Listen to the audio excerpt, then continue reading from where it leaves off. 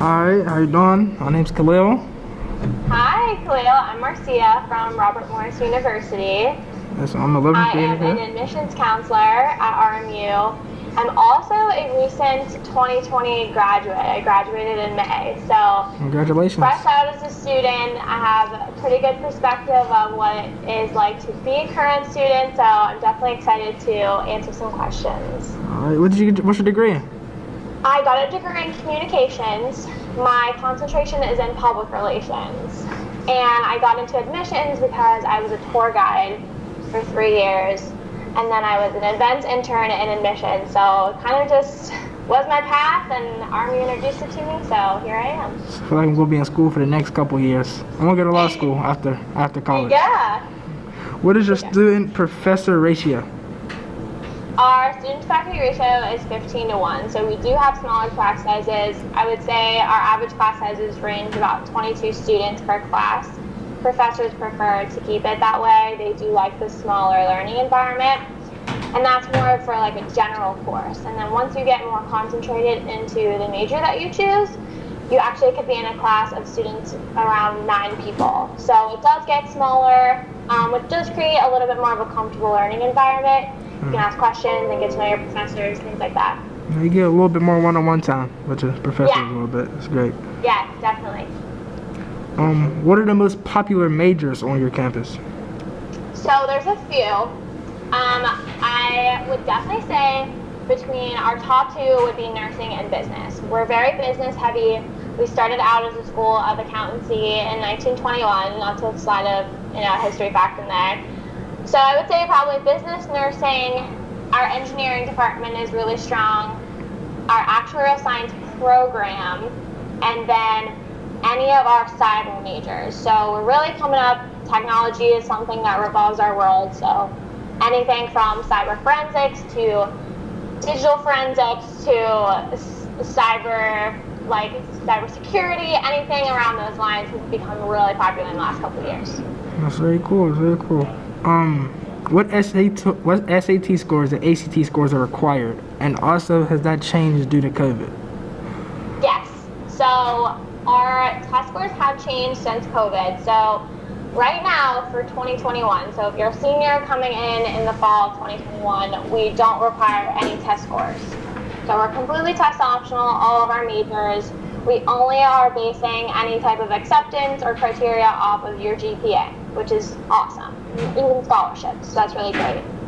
Then coming in for fall 2022, I kind of tell my juniors an average before we went test optional for a lot of the programs was about around a 1080. So if you can kind of aim for a 1080 or above, that's kind of a good average to look at if you're looking more towards the future in the next couple years. We like the test optional, so we may stick with that, try a 50-50 chance. But something to think about if you're a junior, keep around that 1080 range to see, to really have success. All right. So if you guys continue to be test optional in the year 2022, do you believe that the GPA requirement would be a little bit higher? Since I think that it will stay relatively the same, but I think for scholarships will be a little bit more weighted GPA. So our biggest scholarship that we give out is our $16,000 merit scholarship, and it starts at a 4.05. So we do weight it a little bit more because of the no test scores. So it can affect students in that way. But other than that, our GPA, minimal acceptance will stay the same. All right. So besides that, what other scholarship opportunities do you have at RMU? Nice segue. Our scholarship opportunities. So we have a few. The first big one is called our merit scholarship, as I just said. It is something that you get as soon as you're admitted as a student. You get it. It's based off of right now your GPA. In the past, it's been your GPA and SAT scores. So right now we'll talk just GPA. It ranges from $8,000 to $16,000 per year, every single year of your education. So all 4 years. And it heavily depends on your GPA. So the $8,000 usually ranges from about a 2.75 to a 3.4, and then there's different tiers. And then, like I said, the highest one is our 4.05 or above. We weighted it that way strictly because of the no test scores. So that's the first big one. We do have county awards as well that we give out, so it's scholarships based off of where you live. For Allegheny County students, it's called the Three Rivers, and it's $3,000 for just living in Allegheny County, so that's really cool. A lot of students, it's a perk to live in some areas that you live in. And then another big one that we have is called our BK Simon Scholarship. So that one is an application process. You do have to write an essay, but it is a $14,000 scholarship for each year you're in school. So it's adding on to your merit scholarship, which is really awesome. That one we do talk, it is an application base, and the other two I just named weren't. But not a lot of students write the essay, so they apply and then don't write the essay. So it is a really attainable scholarship, so we always try to push, write the essay, you really have a good chance of getting it. And then the next one would be our honors program scholarship. So we have one that if you apply to the honors program, smaller pool of students on campus, they get some perks for being in honors program, but you get $2,000 for being in the program every single year. So it's another one. And then our last one is our last application process. It's the Women's Leadership and Mentorship Program Scholarship. Kind of the same thing as honors. It's an application base, and they pick you, and you're in this smaller pool of students on campus, but it's $1,000. So we do really have a lot of range of different scholarships, and I would tell students, look out, see what you can get. If you think, I don't really write an essay, do it anyway. You never know what could happen. It really could benefit you. Makes your chances higher. Yeah, definitely. What was I about to say? Do you guys offer dual enrollment to high school students? Yes, we do. So we are really big on transferring credits in for any type of AP classes, or if you do any college and high school courses. You always just let your admissions counselor know, because they'll actually talk to our person who does all of that stuff. We have a designated counselor who does that, and they try to bring in as many courses as you can. I actually had a friend who graduated with her master's and her bachelor's degree in 4 years because she transferred so many AP classes in. So it cut her education down by a lot. So definitely, if you take them, bring them in. For AP, if you take any type of AP test, the only score you have to take to get is a 3. Unless you take calculus, it's a 4. But if you score a 3, you can bring it in, and we'll just kind of fill it into your schedule. Makes it a little easier for you. All right. I have another question. What is your diversity initiative? So recently, we've really been headstrong on this, especially with the culture change, which I've really loved. And we have our big thing is our Office of Diversity and Inclusion on campus. So they are strictly for creating the diversity on campus, being in charge of all the activities that we do. We do everything from the different communities that we have on campus as well as globally. So we do have a lot of Saudi Arabian students and students from other countries that come in that have a big population, or international students, whether they're athletes or whatever. So we do try to create not just a community for minorities, but as well as globally. So that all comes from that office. The newest thing that we have right now is our anti-racism task force. It's run by one of our professors, Dr. Robbins. He's actually a professor of biology as well, so he is really acclimated with the school already. But he works with our president, Dr. Howard, to create more of a good community space for our minorities on campus. I would say we have a decent pool on campus of minority students, so having that office strictly and having that task force created now will create a great atmosphere and experience on campus for all students. That's real cool and unique. I like that a little bit. Make everybody feel welcome. I do too. It was something that when it made the change, I really enjoyed it. But I have another question. How much does your university cost, your total, and dorm, your food, plan, and tuition before and after financial aid? So I'll give you the sticker price, and I'll give you the estimate actual cost, because I think the sticker shock is a real thing. So our sticker price for everything, dorm, your room and board, everything, meal plan, everything, tuition, will be around $44,000. Now that is the sticker price. That is not with any scholarships, no financial aid, nothing. Adding into some of the scholarships I mentioned earlier, as well as, if you get any financial aid, probably our average student pays around between $33 and $35 a year. I always say the sticker price is really, really scary, but if you take the initiative to really, look into scholarships and fill out your FAFSA, that's super important, all the seniors fill out your FAFSA, then college will be really affordable. We're one of the most affordable private schools in the area, so it's all about taking the initiative, because the sticker price is never what it is, and it always scares people away. It scares me, so I try not to let it scare my students. Yeah, a little expensive, but it just... It's a little scary, but it definitely works, and we try to make it as affordable as we can. Of course. What is the percentage of students landing a job right out of college? So we're really proud of this percentage. It's around 92%. So it's from the day that you graduate all the way up into 1 year after your graduation. So we're really proud of that, only because, that's the main goal. We are really career focused. I would say as a campus, we do, care about students' education, really, but we also care about their overall experience. So whether it be extracurricular activities that they can do, community service, things that help get their resume to the top of the pile. So we're very career oriented. We have our own departments called the Career and Professional Development Center. They help look for jobs.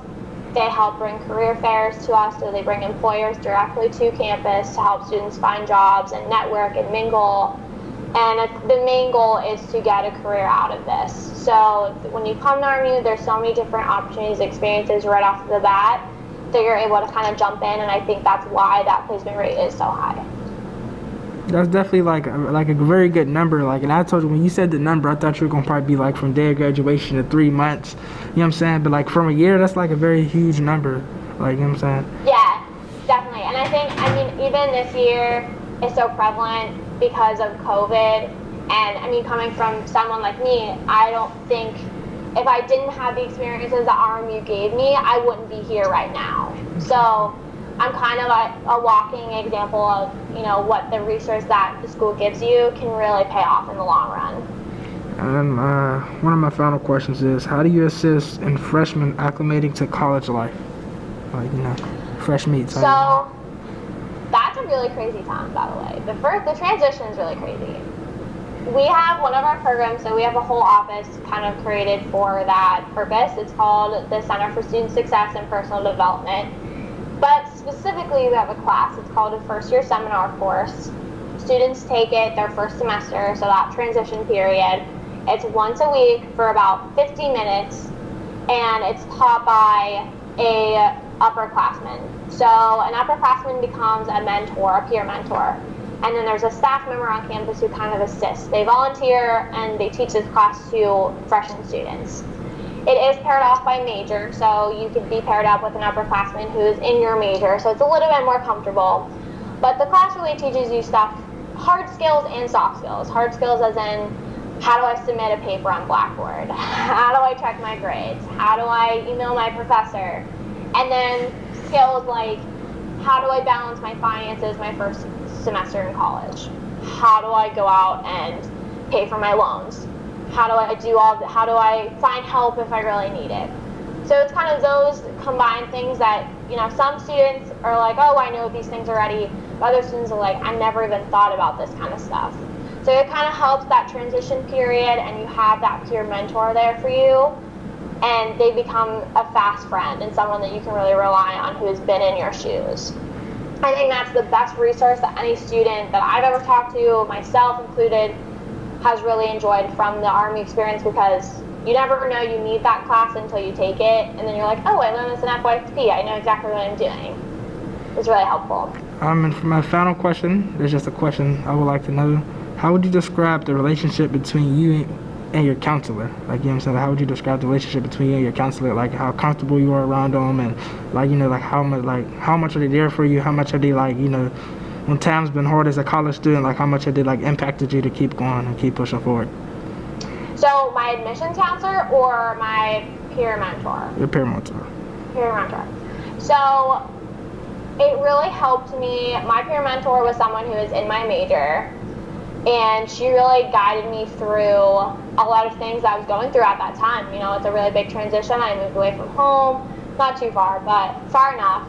And I'd never been on my own before. So it's just like little things that she was able to help me with that if I ever needed, I had a question for her, or if I ever had a problem, she gave me her phone number. So I could text her and be like, hey, I can't get a hold of my professor. How can you help me do this?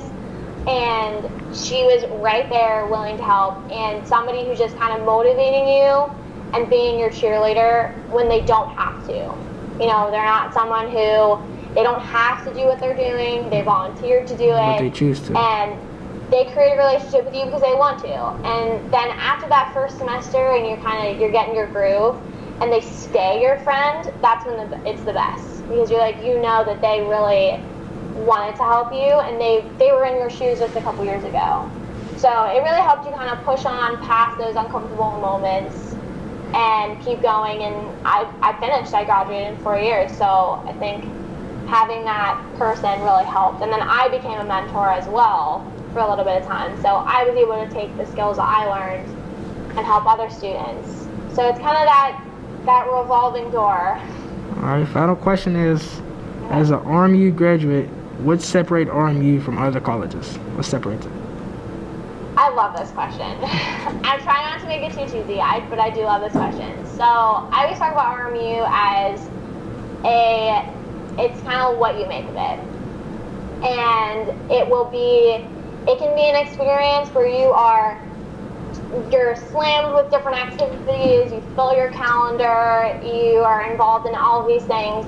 Or it can be where you are really academic heavy and you really want this dream career and you have an internship straight out of your freshman year, summer, freshman year. So it's really individual to what you want to make it. You and your friend, that go together, you're not going to have the same experience. You're all going to have different activities. You're all going to be involved in different clubs. Maybe even your different majors, you have different interests. It's really about what you want to make of it. And someone who went through school and had no idea what they wanted to do with their life and had no idea where their path was and just said, oh, I like giving tours. That sounds really fun. I talk to families all the time.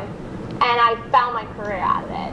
So having RMU kind of put that in front of me and give me those materials, I took a hold of it. But my experience is so much different than all my other friends' experiences. So you can really create your own out of it, and I think that's what really sets us apart from other universities. I like the answer, I like it. But that's kind of all. You kind of answered every question that was on the paper. Awesome. You kind of answered any question that I thought about.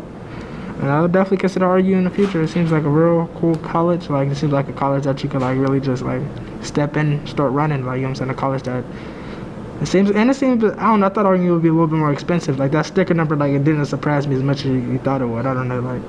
Well, that's good. I like to hear that. It's not as bad as you think, but I'm glad to hear. I loved RMU. I try not to push it on other people because I love it so much and I could just boast about it all day. But I always like when there's some interest because I feel like there's always something out there for everyone. But thank you, Marcia, for your time today. I really appreciate it. Thank you so much. It was awesome.